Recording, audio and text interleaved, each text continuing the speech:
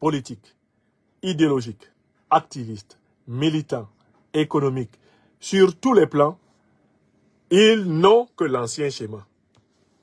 Nous éliminer. Alors, je vous invite maintenant que vous êtes de mieux en mieux rassemblés, que vous avez appuyé Good Live sur cette vidéo, je vous invite à... Je vous demande de bien vouloir bien partager cette émission, d'écrire Good Live, et nous allons écouter le compte rendu du ministre de la Sécurité du Burkina Faso, Mahamadou Sana, le compte rendu de la dernière tentative d'assassinat du président Ibrahim Traoré. Vous y reconnaîtrez la vieille méthode de l'impérialisme du néocolonialisme occidental, déterminé à empêcher l'Afrique d'être dirigée par ceux qui veulent rendre des comptes à notre peuple. Je donnerai enfin mon appréciation de l'affaire en insistant notamment sur le rôle incroyable du régime d'Alassane Dramane Ouattara dans cette descente aux enfers, dans cette destruction de l'espérance africaine. La parole est au ministre de la Sécurité du Burkina Faso. Monsieur le ministre, bonsoir, vous avez la parole. Merci. Communiqué. Il y a quelques semaines de cela, les services de renseignement ont intercepté plusieurs communications entre un individu et des chefs terroristes portant sur des détails des positions des forces de défense et de sécurité intérieure, des volontaires pour la défense de la patrie, ainsi que sur les opérations militaires. Après analyse technique approfondie, l'individu est identifié au nom de Bari Abdraman et se trouve être un officier des forces armées burkinabais. Il est identifié appartenant au bataillon de justice militaire. La recherche d'informations sur lui dans son corps d'appartenance va permettre aux agents de renseignement de découvrir que l'officier est en situation d'absence irrégulière depuis quelques semaines et fait l'objet de procédures pour désertion. La surveillance des communications du lieutenant déserteur Bari Abdraman va donner des liens supplémentaires qui vont intéresser les services de renseignement, notamment avec un officier des forces armées du nom de Compaoré Joani, un ancien sous-officier de l'armée burkinabé du nom de Zerbo Laoko, un officier en service au Centre intégré des opérations du Burkina Faso, le commandant Ouedraogo Frédéric, un officier des forces armées en stage dans un pays européen, mais déserteur depuis un bout de temps et ayant rejoint Abidjan du nom de Kabouré Constantin. Le travail minutieux des services de renseignement va révéler un grand complot en préparation contre notre pays, dont le but ultime est de semer le chaos total en vue de placer le pays sous tutelle d'une organisation internationale à mesure de reprendre le contrôle dans 10 ou 20 ans selon les instigateurs. Des informations sensibles ont été passées aux terroristes en vue d'accentuer les attaques contre les forces combattantes et les civils dans le but de susciter la révolte contre les autorités. Aussi, d'autres stratégies ont été développées pour désorienter les services de renseignement afin de les amener à faire des arrestations massives au sein des forces de défense et de sécurité intérieure et espérer ainsi créer des frustrations et un sentiment de peur. La manipulation est menée également à travers des messages diffusés pour susciter injustement certains et d'autres messages envoyés à des chefs de corps pour leur faire peur en indiquant qu'ils seront arrêtés car étant sur une soi-disant liste noire. Des leaders religieux et coutumiers ont été sollicités pour convaincre certains officiers de s'engager dans cette mission funeste. Ce fut le cas malheureusement du capitaine Ouedraogo René David, en fuite actuellement. Dans le même ordre d'idée, des VDP ont été contactés pour démoraliser leurs camarades et de l'argent leur a été envoyé pour cette basse besogne. Tous ces stratagèmes perfides ont été développés dans le seul but de déstructurer l'armée et s'aimer le chaos. Les services de renseignement ont suivi la manœuvre qui devrait aboutir, selon le plan des comploteurs terroristes, le mercredi 16 avril 2025, à un assaut sur la présidence du Faso par un groupe de soldats recrutés par les ennemis de la nation. Cet assaut devrait être mené au même moment que plusieurs attaques terroristes d'envergure pour occuper les vecteurs aériens à défaut de pouvoir les détruire au sol. Quelques jours avant la mise en œuvre de ce projet diabolique, des VDP et soldats patriotes se sont présentés dans plusieurs services, notamment au renseignement et à la présidence du Faso, pour dénoncer le coup en préparation. Ces dénonciations se sont poursuivies jusqu'au mardi 15 avril 2025 et ont permis d'arrêter des cerveaux de la manœuvre à Ouagadougou et d'autres en fuite vers la Côte d'Ivoire. Il faut noter que les cerveaux à l'extérieur du pays sont tous localisés en Côte d'Ivoire, y compris le nommé Bahari Abdraman. S'il vous plaît. Le complot se poursuit activement depuis le centre au renseignement et à la présidence du Faso. Les cerveaux sont où? Pour dénoncer le coup en préparation. Recommencez. Les cerveaux sont localisés où? Ces dénonciations se sont poursuivies jusqu'au mardi 15 avril 2025 et ont permis d'arrêter des cerveaux de la manœuvre à Ouagadougou et d'autres en fuite vers la Côte d'Ivoire. Il faut noter que les cerveaux à l'extérieur du pays sont tous localisés en Côte d'Ivoire, y compris le nommé Bahari Abdraman. Ils sont où? Non, j'ai pas bien compris. Recommencez, monsieur le ministre. Sont tous localisés en Côte d'Ivoire, y compris le nommé Bahari Abdraman. D'accord. Ok.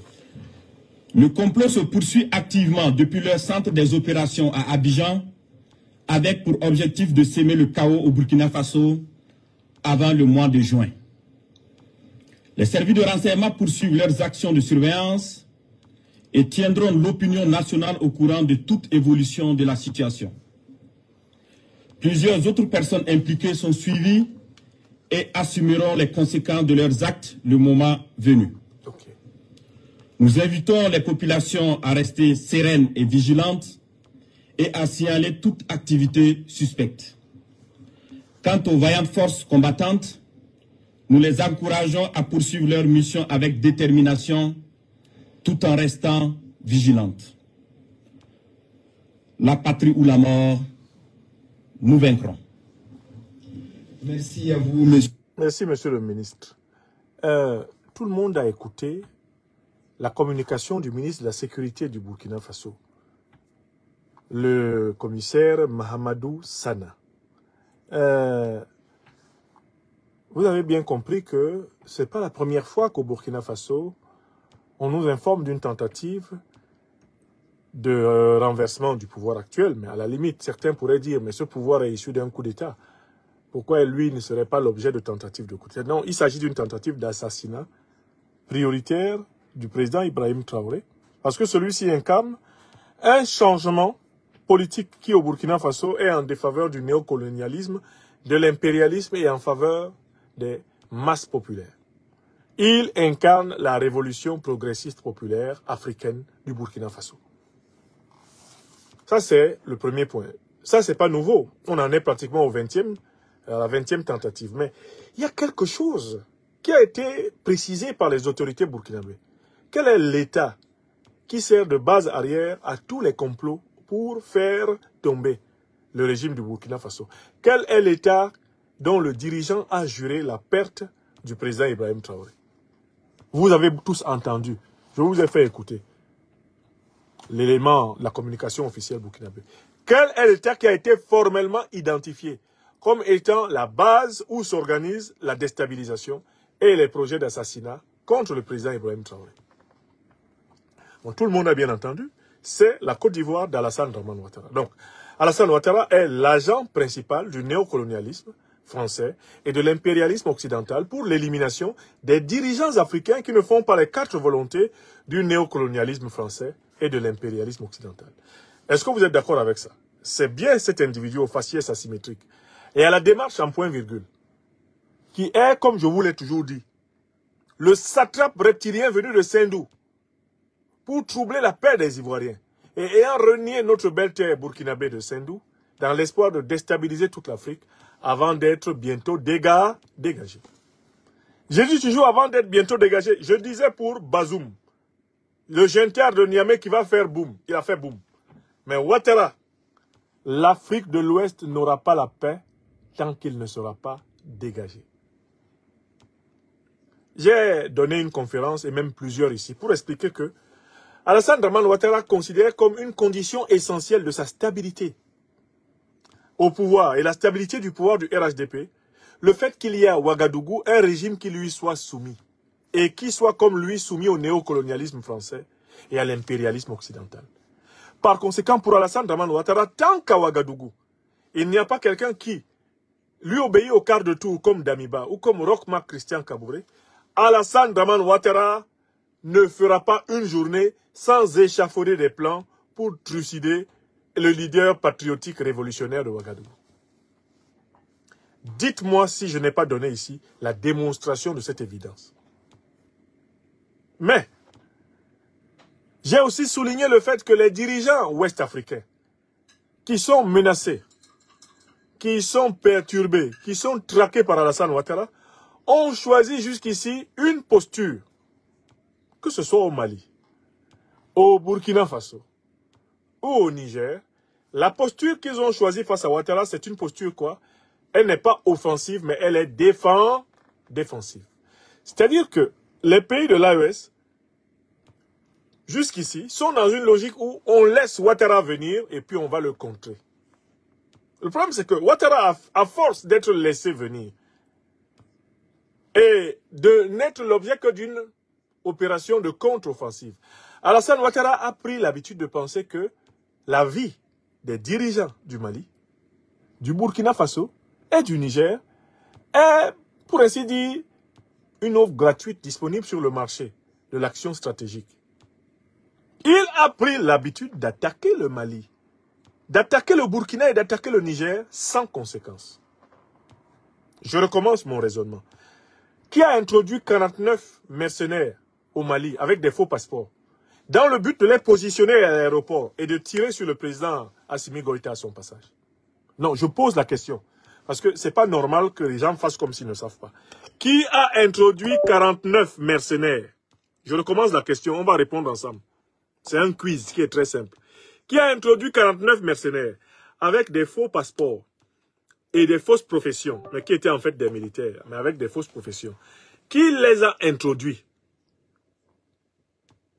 Un certain jour de juillet 2022, au Mali, pour les positionner dans l'aéroport, Bamako c'est nous, où ils devaient s'installer, afin qu'ils tirassent au passage sur le président Assimi Goïta et qu'ils l'assassinassent. Qui a fait ça? Est-ce que vous n'êtes pas au courant des 49 Gugus avec les faux passeports? Qui a fait ça? Bon. Qui a ouvertement annoncé qu'il allait envoyer 1500 soldats pour envahir le Niger, attaquer Niamey, abattre le président Abdourahmane Tiani, libérer le valet du néocolonialisme français et de l'impérialisme occidental, Mohamed Bazoum, et le restaurer au pouvoir? Qui a dit ça? Je ne veux pas qu'on dise, qu'on appelle le nom de quelqu'un qui n'a rien fait. Qui a dit publiquement, je mets en place une force de 1500 hommes.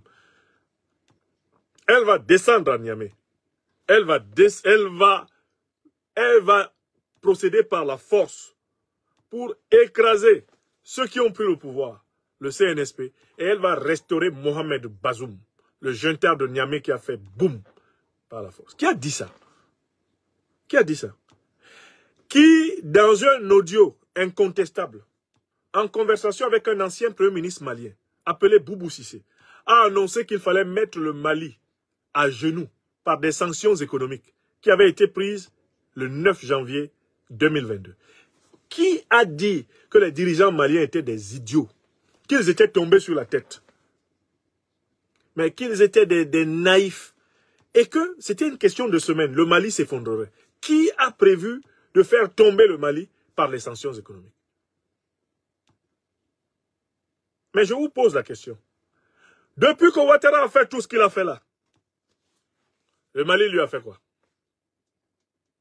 Répondez, hein. On est tous ici. C'est un moment de vérité. Depuis que Ouattara a fait tout ce qu'il a fait là, contre le Mali, est-ce que le Mali a mené une action contre Ouattara? Non, répondez. Est-ce que le Mali a fait quelque chose contre Ouattara? Rien. Ok. Depuis que Ouattara a annoncé qu'il allait s'attaquer au Niger et qu'il a organisé même un commando, des réunions militaires contre le Niger a fait quoi à Ouattara? Je pose la question pour le Niger. Notre patrie africaine du Niger a fait quoi à Ouattara? Ils ont fait quoi à Ouattara? Le président Tchani a mené une seule action contre Ouattara? Draman? Écrivez rien, parce qu'il n'a vraiment rien fait contre Ouattara. Ok. Maintenant, on passe à la suite. Le Burkina Faso qui est là, qui est le pays le plus collé à la Côte d'Ivoire, tellement les deux peuples sont mixés et mélangés. Depuis que le président Ibrahim Traoré est à la tête, depuis qu'il est à la tête du Burkina Faso, est-ce qu'il y a eu, même de la part des autorités ivoiriennes, le moindre début de preuve d'une quelconque opération, d'un quelconque coup d'État mené en Côte d'Ivoire à l'instigation d'Ibrahim Traoré? Est-ce que Ibrahim Traoré a fait quelque chose à Ouattara? Non. Non, répondez, nous sommes ici, vous êtes pratiquement maintenant 20 000 personnes en direct. Donc la vérité est quelque part parmi nous, même si personne ne la possède entièrement. Ibrahim Traoré a-t-il mené une opération contre Ouattara? Bon, ok. Goïta n'a pas fait quelque chose contre Ouattara. Tchani n'a pas fait quelque chose contre Ouattara. Traoré n'a pas fait quelque chose contre Ouattara. La Confédération des États du Sahel n'a mené aucune opération. Elle n'a favorisé aucune action offensive contre le régime d'Alassane Draman Ouattara. Alors il y a une grande question qui se pose aujourd'hui. Nous sommes déjà le 22 avril 2025. Nous sommes déjà ici en France le 22 avril. Je pose la question. Est-ce que Alassane Draman Ouattara, le problème qu'il représente pour l'Afrique, peut se résoudre par une stratégie défensive? Non, réfléchissons ensemble. Hein. Parce que le cerveau, là, j'en ai un. Toi qui me regardes, tu en as un. La stratégie de se défendre contre Ouattara, est-ce que c'est une stratégie efficace? Se défendre. Allez, lui, il attaque. Et nous, on est là. Ouattara. Oh, Ouattara. Ouattara, oh, Ouattara. Ouattara, oh, Ouattara. Est-ce que cette stratégie est efficace contre lui? Frères africains, vous êtes tous ici. Est-ce que c'est efficace? Est-ce que c'est efficace contre Ouattara? Bon. Tous ici rassemblés, on s'accorde à dire ce que moi j'ai dit il y a très longtemps. Alassane Draman Ouattara, on ne peut pas le combattre en restant sur la défensive. Quand il est sur l'offensive, il faut en profiter pour être sur l'offensive envers lui. Je recommence. Des niais comme Ouattara là, des gens bornés et obsédés par l'humiliation de l'Afrique comme Ouattara, on ne peut pas se défendre contre eux en restant dans une stratégie offensive et défensive. On ne peut pas se défendre contre Ouattara en étant toujours sur la défensive. Impossible. Parce que lui, il n'arrêtera pas d'offenser. Alassane Draman Ouattara qui est là, tant qu'il est vivant sur la terre, il cherchera à éliminer Assimi Goïta. Il cherchera à éliminer Abdourahmane Tchani. Il cherchera à éliminer Ibrahim Traoré. Et il considère qu'Ibrahim Traoré, c'est le moins cher parce que Ibrahim Traoré est à portée de main. Entre Ouagadougou et Abidjan, il y a une telle fluidité de mouvement que quand quelqu'un tousse à Ouagadougou, quelqu'un éternue à Abidjan. Quand quelqu'un éternue à Abidjan, quelqu'un tousse à Ouagadougou. C'est ainsi entre ces deux peuples qui sont liés, unis par l'histoire. Ouattara, lui, le sait. Le président Ibrahim Traoré le sait. Mais je veux dire ici à Mondo Vision que les peuples de l'AES et les dirigeants de l'AES commencent à comprendre que la stratégie défensive envers Alassane Draman Ouattara ne pourra jamais porter le fruit de la paix et de la sérénité que recherchent nos peuples. Jamais l'Afrique de l'Ouest ne sera en paix tant que cet ennemi du peuple africain sera à Abidjan. Maintenant, écrivez ça. C'est moi qui ai dit ça. J'avais déjà démontré ça, mais les gens n'écoutaient pas. Regardez le nombre de coups d'État. Regardez le nombre de tentatives d'assassinat que le président Ibrahim Traoré essuie en moins de 2 ans. 2 ans et demi, 3 ans de pouvoir. Regardez le nombre de fois qu'Alassane Ouattara veut l'éliminer. Et trouvez-moi une seule fois où lui, il a rendu l'appareil à Ouattara. Je dis bien trouver une seule fois. Je vous dis, vraiment sur mon honneur d'homme, que je n'ai connaissance d'aucune offensive.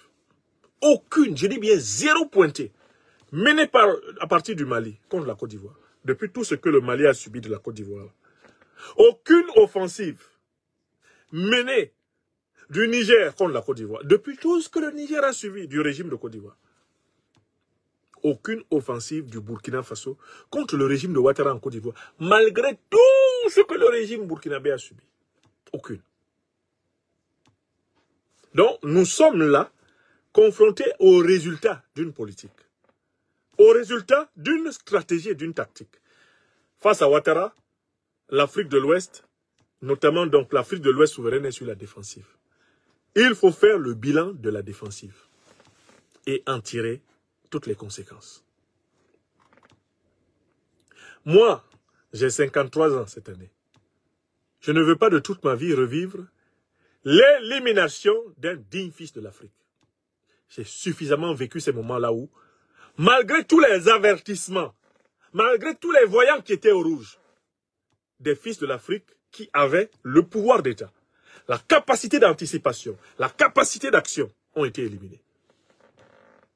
Même Kadhafi, qui a été tué par l'OTAN, n'a pas écouté les conseils qui lui étaient donnés. Il n'a pas écouté. Si Kadhafi avait écouté les conseils, l'OTAN ne l'aurait pas surpris en train de négocier avec Sarkozy. Wallahi, Kadhafi serait vivant.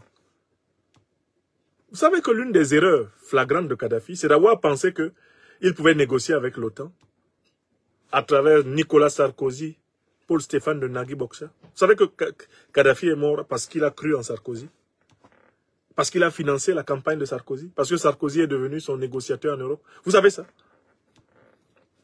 Parce qu'il n'a pas compris qu'il fallait anticiper. Bachar el-Assad est vivant pour avoir pensé plus tôt.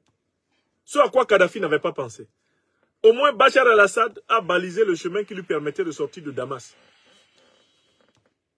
pour entrer en Russie vivre. Kadhafi, lui, n'a pas balisé un chemin. Parce qu'il n'a pas vu venir, derrière le sourire de Kadhafi, les couteaux du néocolonialisme français et de l'impérialisme occidental.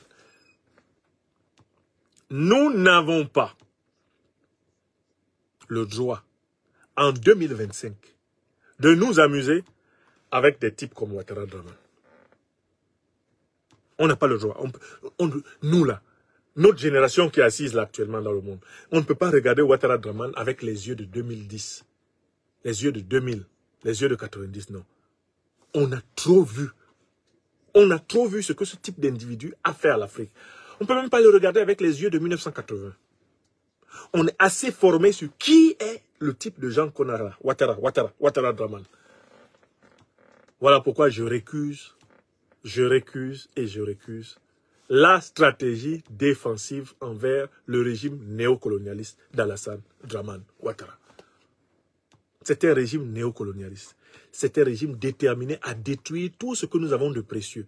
C'est un régime déterminé à nous désespérer. C'est un régime qui est déterminé à nous faire reculer en arrière. C'est un régime qui est consacré à toutes les opérations de nuisance, à tout ce qui est bon pour les Africains en Afrique de l'Ouest. C'est un régime qui doit donc être combattu en tant que tel. Je dis bien combattu en tant que tel. Et l'Afrique a les moyens de se libérer de Ouattara. Ouattara là, est au pouvoir parce qu'un jour le Burkina, le Blaise Compaoré, le Mali, la Guinée, le Ghana, le Sénégal l'ont voulu. Aujourd'hui, il n'a plus ses soutiens. Il n'est pas normal qu'il continue à déranger. C'est pas normal. S'il continue à déranger, nous, Africains, sommes responsables de le lui permettre. Parce que nous avons envers lui opté pour la défensive. Le président Babou a souvent une image qui peut avoir beaucoup d'intérêt ici. Il dit, quand ton ennemi te poursuit, à un moment donné, tu cherches un mur. Tu t'adosses sur le mur, tu lui dis, ce que tu veux faire là, il faut faire, on va voir. Ouattara maintenant, là, la défensive ne lui va plus. Alassane Ouattara que vous voyez là, la seule solution avec lui, c'est l'offensive des peuples africains déterminés à être libérés. Il faut libérer la Côte d'Ivoire. Il faut libérer l'Afrique de Ouattara. Quand Alassane Ouattara perdra le pouvoir en Côte d'Ivoire, tous ses équivalents, ils vont monter dans leurs avions, dans tous les autres pays. La chute d'Alassane Dramane Ouattara sera une école continentale, comme celle de Mobutu avait commencé à l'être. La chute d'Alassane Dramane Ouattara sera un tournant de l'histoire africaine, de l'histoire transcendantale africaine. Car rarement il y a eu un Africain aussi méchant envers l'Afrique que ce monsieur. Rarement il y a eu un Africain aussi méchant envers l'Afrique que ce monsieur. Et moi je vous le dis, sans risque de me tromper, les mieux placés pour libérer l'Afrique d'Alassane Dramane Ouattara, ce sont ceux qui sont les détenteurs de son cordon ombilical. Ceux qui ont le cordon ombilical de Ouattara là, ils ont son destin dans leurs mains. Parce qu'Alassane Ouattara a renié la terre de ses ancêtres. Ce sont ces mêmes ancêtres-là qui sont les mieux placés pour le punir. N'oubliez pas de vous abonner et d'activer la cloche de notification pour rester informé de nos prochaines vidéos. Restez à l'écoute pour les développements passionnants à venir.